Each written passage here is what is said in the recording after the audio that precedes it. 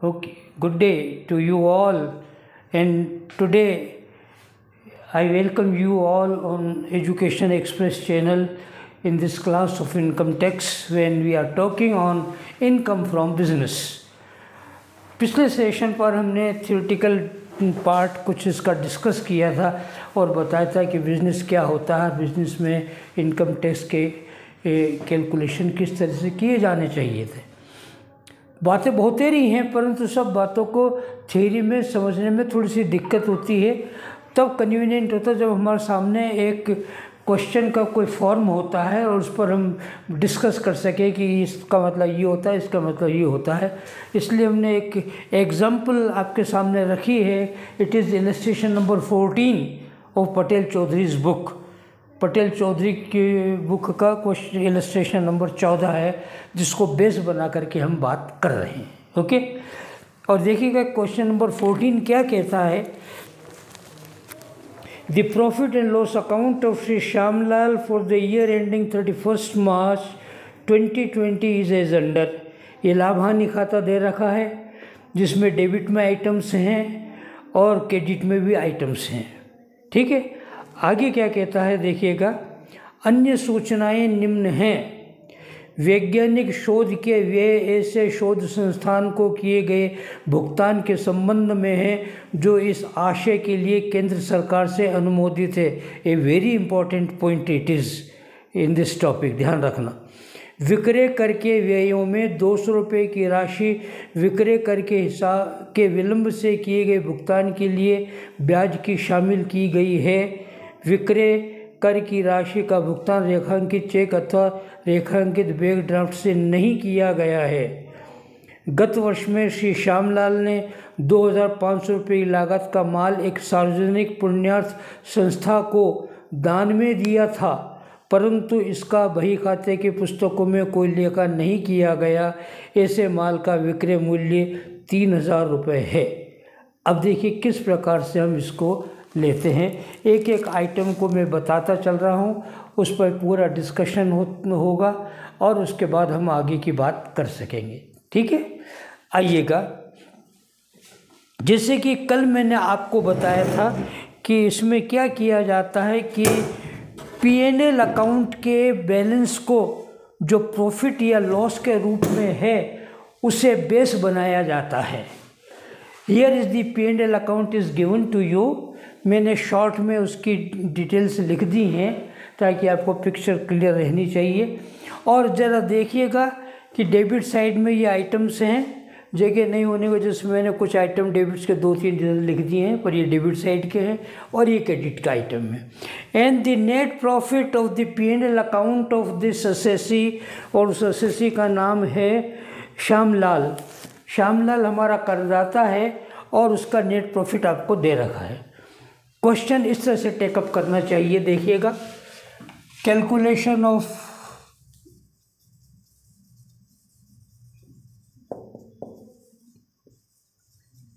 Income from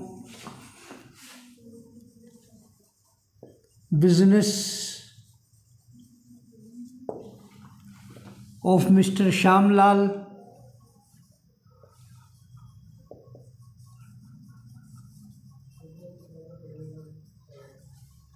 for the assessment year 2020-21। इस तरह से प्रॉपर हेडिंग होना चाहिए। फिर एक ये कॉलम इसे बना लीजिएगा, ये अमाउंट के लिए रहेगा।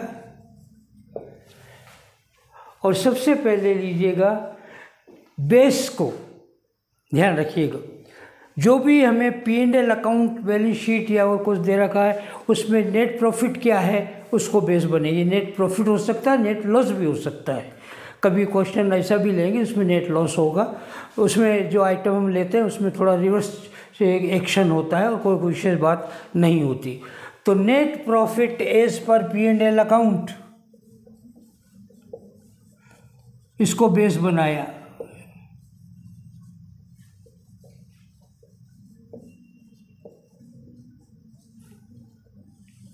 And just see here is the net profit is 28 to 50. और इसको फाइनल कॉलम में लिख दिया। इस तरह से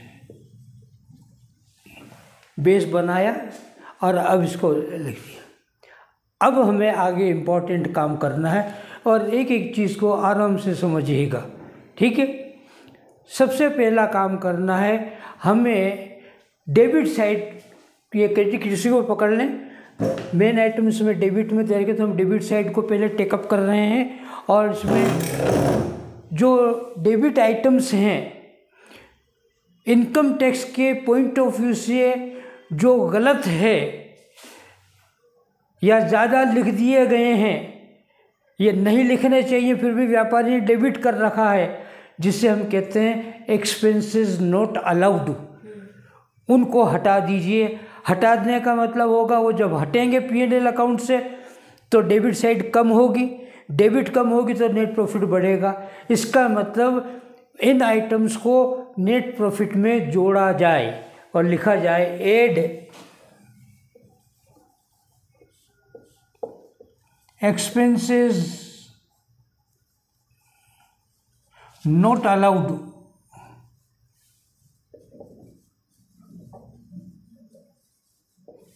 income tax point of view से P&L में जो आइटम्स डेबिट कर रखे हैं व्यापारी ने अपने बही खाते में, अपने बुक्स ऑफ अकाउंट्स में, और वो income tax point of view से अलाउ नहीं होने चाहिए अर्थात डेबिट नहीं होने चाहिए, तो उनको हटाइए और हटाने का मतलब उनको जोड़ दीजिए वापस। क्लियर होगी बात? वापस जोड़ेगा तो नेट प्रॉफिट ऑटोमेटिकली बढ़ेगा। इसलिए नेट प्रॉफिट को बढ़ाने के लिए उन आइटम्स को जोड़िए। अब इन आइटम्स में से हम देखें, छांटें कि कौन कौन से ऐसे आइटम हैं जो व्यापार के दृष्टि से अलाउ हैं, ये डेबिट होने चाहिए, और कौन से आइटम्स ऐसे हैं जो डिसअलाउड हैं अर्थात डेबिट नहीं होने चाहिए। ठीक है, उनको छांटें। सैलरी ये व्यापारिक खर्चा है, अलाउड होता है। मैं ये आपकी जानकारी के लिए लिख देता हूँ, ये अलाउड। ट्रेड एक्सपेंसेस व्यापारिक खर्चा है, ये भी अलाउड है, ये लिख रहा हूँ मैं उसके लिए। आपका व्यापार रेंटेड बिल्डिंग में चल रहा है, रेंट दे रहे हैं, ये भी अलाउड खर्चा है, अलाउ होगा, कुछ नहीं करना है।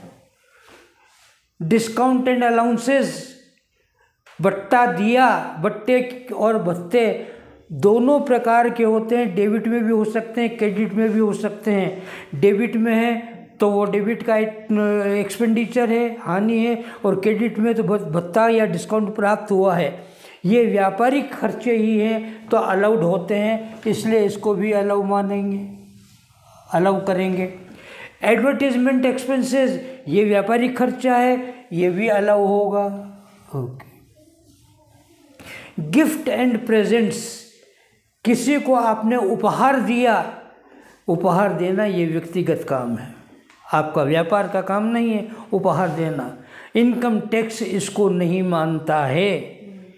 हाँ, आगे चल के उपहार की भी अलग अलग तरह की वैरायटी आती है, आएगी, पर अभी फ़िलहाल इतना समझें कि हम उपहार और कुछ नहीं लिखा हुआ है तो किसी भी प्रकार के उपहार की राशि को अलाउ नहीं करेंगे, डिसअलाउड आइटम माना जाएगा। ये डिसअलाउड है, गिफ्ट एंड प्रेजेंट्स डिसअलाउड। और यहाँ पर लिखेंगे नंबर 1 पर gifts and presents.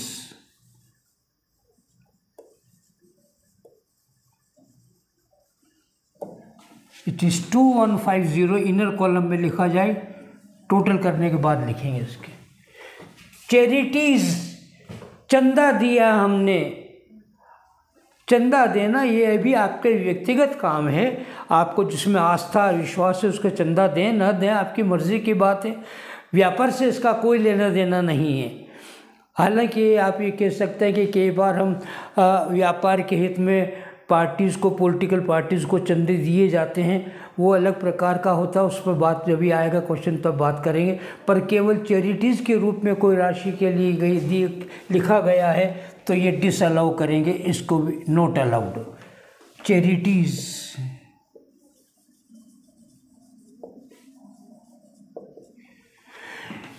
It is 4400। Next, repairs and renewals, मरम्मत का व्यापार के काम है, कोई मशीन है, बिल्डिंग है, फर्नीचर है, इनकी मरम्मत हो रही है तो वो अलाउ होगा। लाइफ इंश्योरेंस प्रीमियम, जीवन बीमा प्रीमियम।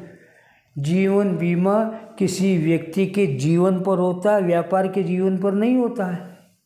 व्यापार के लिए तो एक्सीडेंटल इंश्योरेंस होते हैं। तो जीवन बीमा प्रीमियम ये व्यक्ति का व्यक्तिगत खर्चा है, व्यापारिक नहीं, इसीलिए डिसअलाउड इसको करेंगे। ये life insurance premium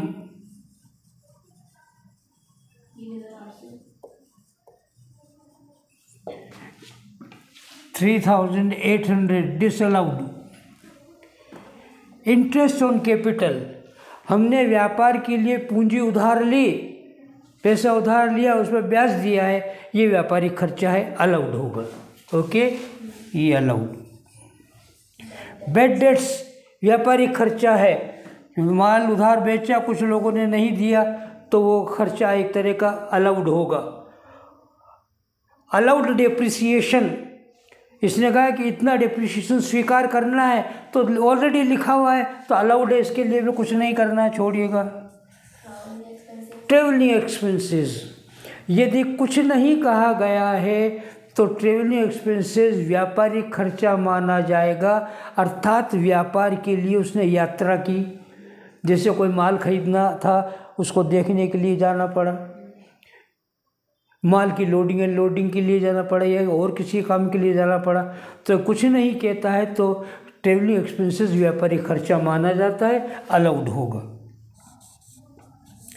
sales tax paid, sales tax paid भी खर्चा ही है व्यापार का, इधर से ग्राहक से वसूल करेगा और उसको दे देगा, क्या बोलते हैं, डिपार्टमेंट को, सेल्स डिपार्टमेंट को, इसलिए इसमें भी किसी प्रकार के डिसअलाउड होने की कोई बात नहीं, सेल्स टैक्स भी अलाउड होगा।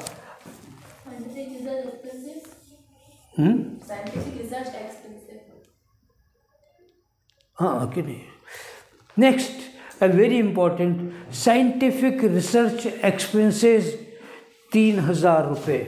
और आगे देखिएगा उसने लिखा है फर्स्ट पॉइंट, अन्य सूचनाओं में वैज्ञानिक शोध के व्यय ऐसे शोध संस्थान को किए गए भुगतान के संबंध में है जो इस आशय के लिए केंद्र सरकार से अनुमोदित है।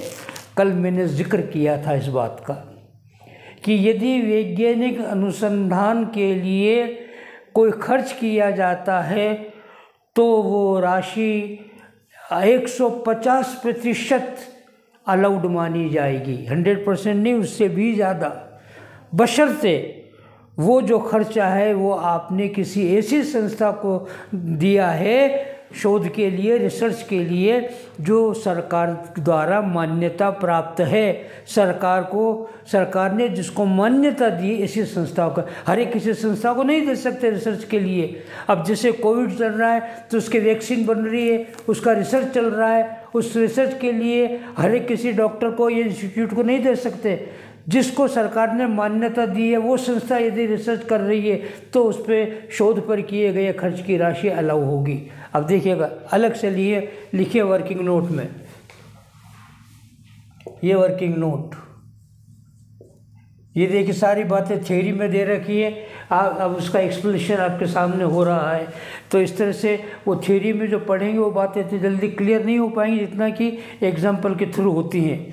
देखिएगा, पहला scientific research, expenses on scientific research,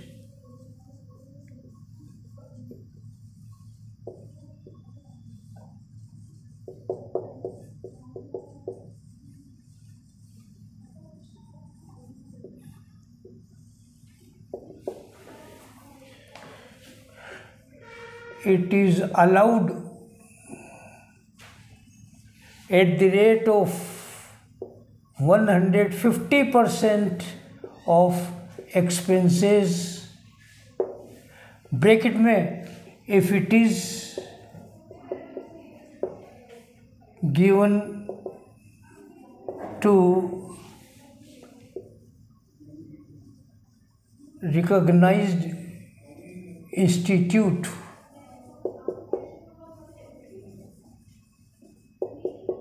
institution.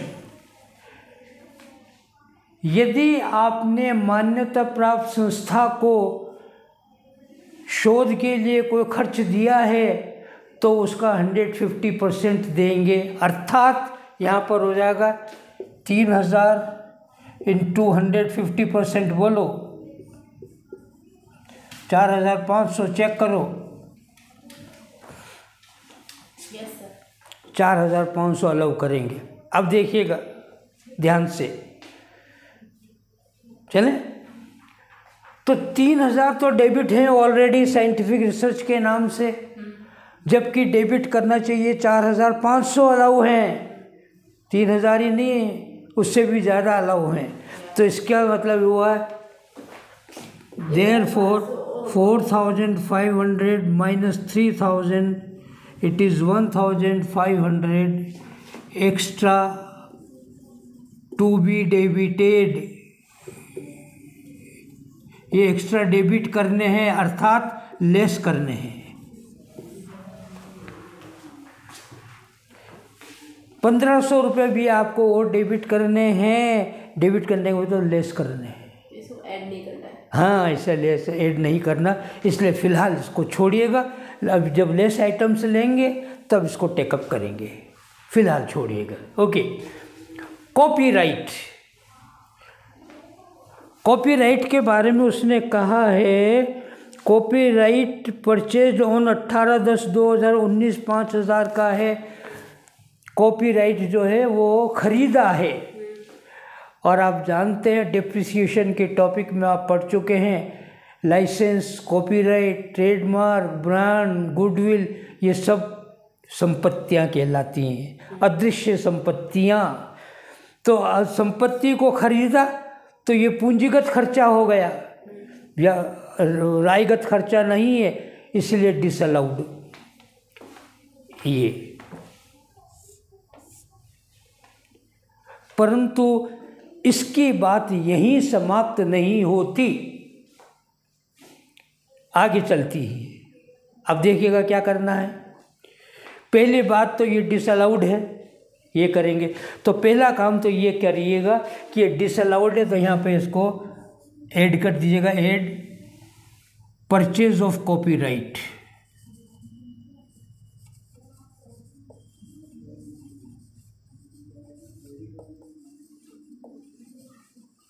Bracket में लिख लें, कैपिटल एक्सपेंसेस है इसलिए डिसअलाउड है ये, और वो है 5000 की राशि, इसलिए डिसअलाउ किया है। ठीक है।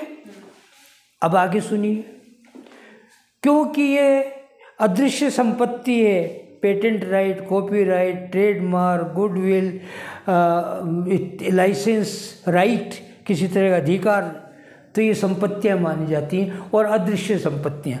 तो संपत्ति है तो डेप्रिसिएशन होना चाहिए। डेप्रिसिएशन को डेबिट करते हैं अर्थात घटाते हैं, तो इस पर फिर बात होगी।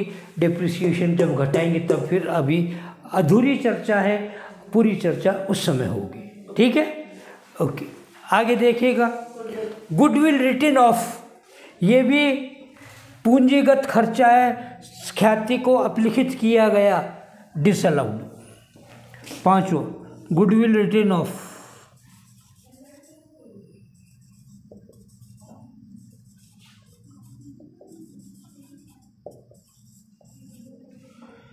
कैपिटल एक्सपेंसेस, ये भी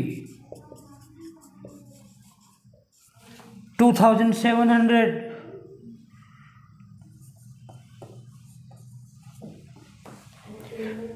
देन एंटरटेनमेंट एक्सपेंसेस, मनोरंजन का खर्चा। तो कर्मचारियों को मनोरंजन के लिए धनराशि दी जाती है तो वो अलाउड है, व्यापारिक खर्चा, इसमें कोई दिक्कत वाली बात नहीं। ये तो सारे खर्चे वो हैं जो कि अलाउड हैं और इसमें ये शामिल नहीं कर सकते हैं।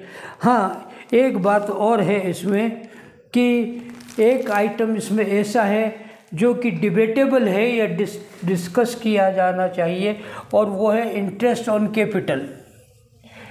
कई लोग इसको डेबिट आइटम को अलाउ मानते हैं और कुछ लोग अलाउ नहीं मानते हैं, क्योंकि ये भी एक तरह का पूंजीगत खर्चा, पूंजी उधार लेकर के जैसे उसको व्यापार में लगाया तो उस पर ब्याज दिया गया। तो इंटरेस्ट ऑन कैपिटल, क्योंकि इसमें पटेल चौधरी का मत यही, हम भी उसी मत से सहमत होते हैं कि इंटरेस्ट ऑन कैपिटल को नहीं माना जाना चाहिए, अर्थात डिसअलाउड आइटम माना जाना चाहिए। इसलिए इसको हमने ये लिखा ना, हाँ, इसलिए इसको हम इंटरेस्ट ऑन कैपिटल को भी डिसअलाउड आइटम मान करके शामिल करते हैं। दोनों बातें होती हैं, कुछ लोग मानते हैं कुछ लोग नहीं मानते हैं, पर जैसे इसका व्यू है उसी प्रकार से हमारे इस व्यू को मानते हैं, इंटरेस्ट ऑन कैपिटल। नेक्स्ट, जरा टोटल करके चेक कीजिएगा कितना बनता है amount. 21,250। Interest on capital it is 3,200। हाँ जी, 21,250 लिख दो। हाँ सर। इसको फाइनल कॉलम में जोड़ेगा 28,200 के नीचे, और टोटल बताइए सेकंड कॉलम का।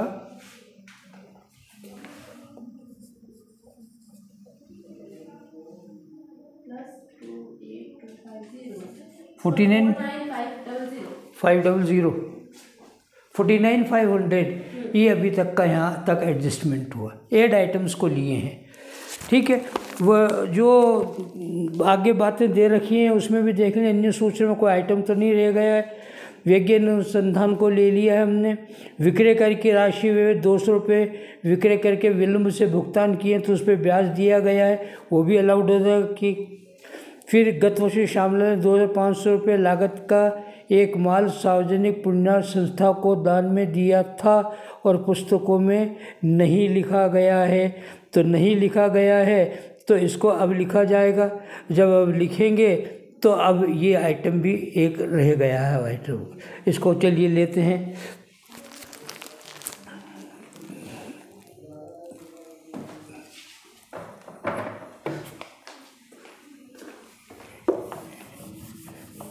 अब देखिएगा हमने क्या किया कि एक माल था जो हमने परचेज किया था और उसको हमने दान में दे दिया किसी पुण्यार्थ संस्था को। 2,500 रुपये की लागत का जो माल था वो हमने दान में दे दिया। किसको? सार्वजनिक पुण्यार्थ संस्था को दान में दे दिया और इसे पुस्तकों में नहीं लिखा। फिर क्या कहता है, ऐसे माल का विक्रय मूल्य 3,000 रुपये था, माल को बेचते तो हमें 3,000 रुपये मिलता। बात वो 3,000 मिलने की नहीं, 2,500 रुपये का माल आया तो हमें पुस्तकों में लिखना चाहिए था। तो पुस्तकों में क्या लिखते हैं हम? टू माल आता तो क्या लिखते हैं? Purchases account debit to cash, यही करते हैं। तो परचेजेज को डेबिट करना चाहिए था, डेबिट नहीं किया। बोलिए अब इसलिए अब डेबिट करेंगे तो उसको ऐड किया जाए। लिखिएगा टू ऐड एक और 7 का आइटम इसमें जोड़ दें। गुड्स डोनेटेड, दान में दिया, और उसकी कॉस्ट को लिखें, सेल्स प्राइस को नहीं, क्यों माल बेचा नहीं है। जो माल खरीदा था आया था वो लिखना भूल गए, डेबिट नहीं किया तो उसको वापस लिखिएगा। तो ये 2,500 रुपये फाइनल कॉलम में सर? हाँ जी, फाइनल कॉलम में जोड़िएगा। 52,000 यस सर। ये आ गया। अब आइएगा वे आइटम जो व्यापारी ने P&L में क्रेडिट डेबिट, सब आइटम हमारे आगे P&L में क्रेडिट कर रखे हैं और वो क्रेडिट होना चाहिए नहीं होना चाहिए। क्रेडिट कर रखे हैं तो उससे प्रॉफिट बढ़ रहा है, नहीं होना चाहिए तो उनको हटाएंगे तो प्रॉफिट कम होगा। ठीक है, less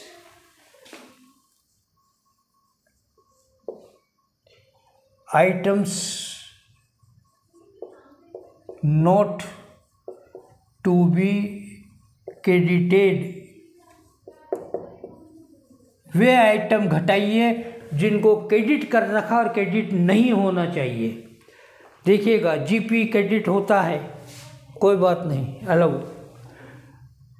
bad debts recover, bad debts की प्राप्ति हो गई। जो पैसा पहले डूब गया था, देखिए यहाँ डूबा था कहीं बेड डेट्स ये रहा, तो हमने डेबिट किया था, तो जब प्राप्त हुआ तो क्रेडिट करेंगे, व्यापारिक खर्चा था ये, इसलिए ये भी कुछ नहीं करना, अलाउ माना जाएगा। ट्रेड रिसीट्स, व्यापारिक प्राप्तियाँ, तो व्यापार करें तो प्राप्ति होगी, ये भी अलाउड है। इंटरेस्ट ऑन डिबेंचर्स, ऋण पत्रों पर ब्याज, हम ऋण पत्रों का लेन देन नहीं कर रहे हैं, हम वस्तुओं का क्रय विक्रय बनाने का काम कर रहे हैं। ऋण पत्रों पर ब्याज जो होता है वो income from other sources, last में आएगा टॉपिक, वहाँ होगा, यहाँ नहीं। ये लिखिएगा यहाँ पर, इंटरेस्ट ऑन डिबेंचर्स, और वो राशि है 2700, इनर कॉलम में लिखना भी, फाइनल कॉलम में नहीं। फिर उसके बाद rent of for house property, ये मकान संपत्ति क्या है, थर्ड उस टॉपिक में जाएगी, यहाँ नहीं, तो यहाँ हटाइए। Income from house property,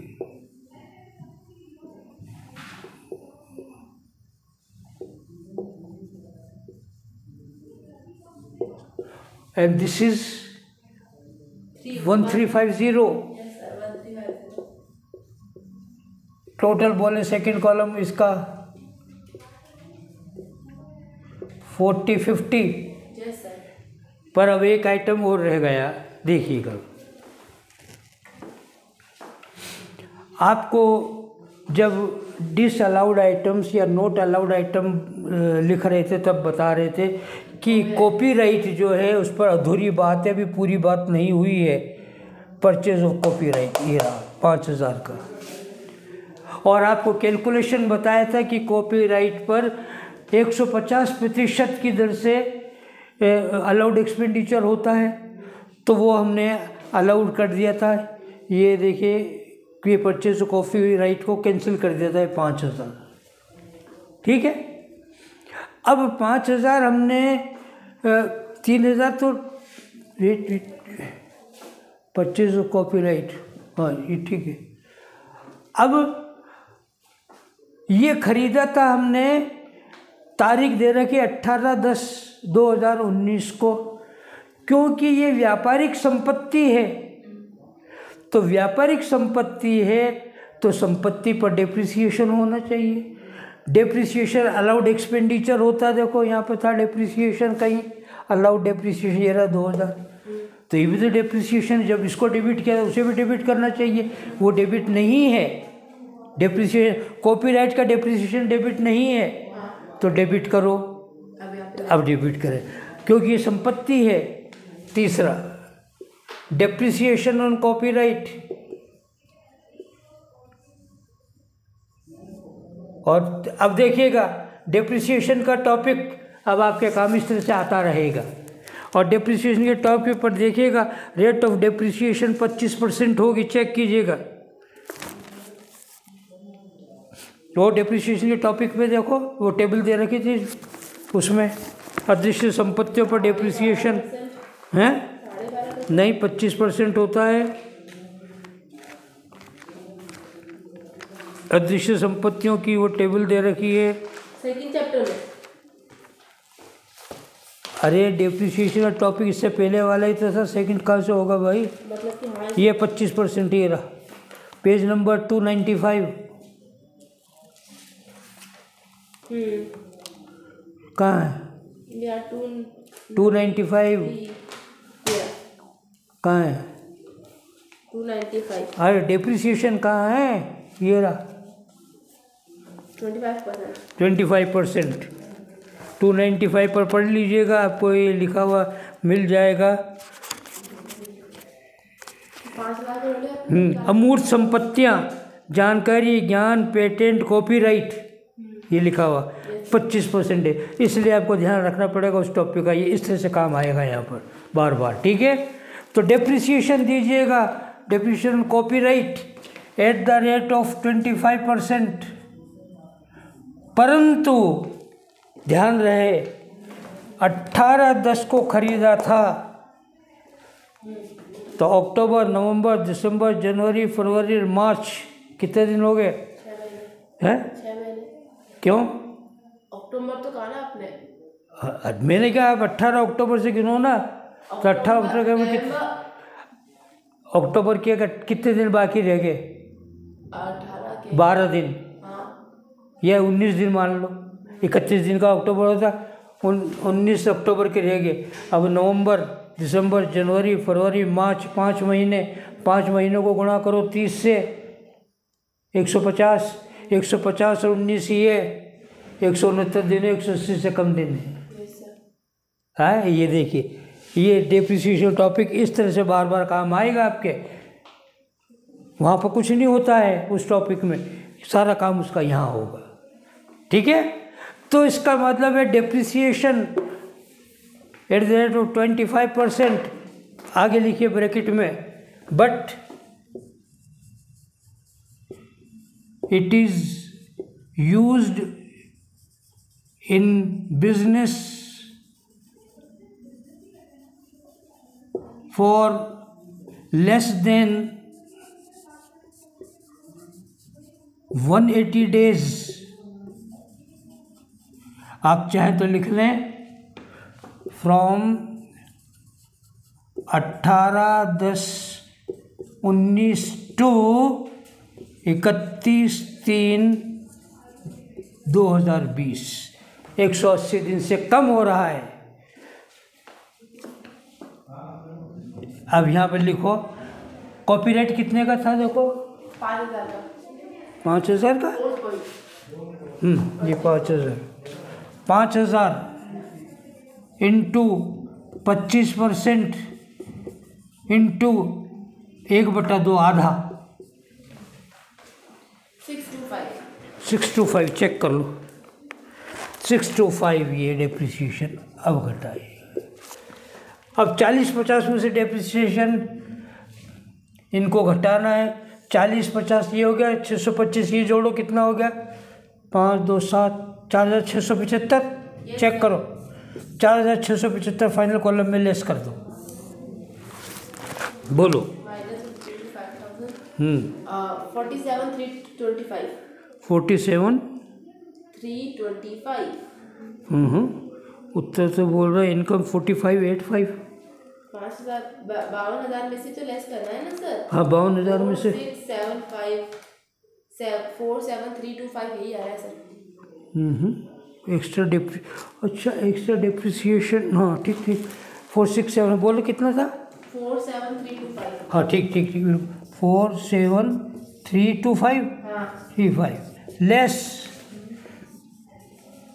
extra depreciation on scientific research की बताई थी ना आपको, वो रह गए extra depreciation on scientific research, वो 4,500 3,000 का बताया था आपको, वर्किंग नोट में चेक कीजिएगा।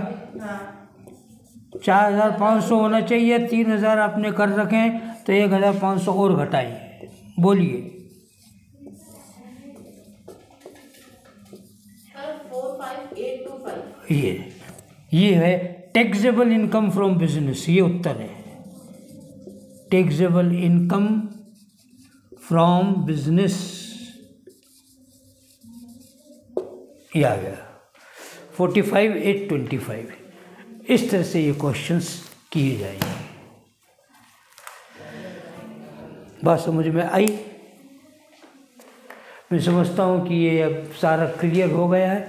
1-2 इलस्ट्रेशन और करेंगे अलग अलग वैरायटी की, तो चीज़ें और क्लियर होती चलेंगी। I wish you good luck and thank you.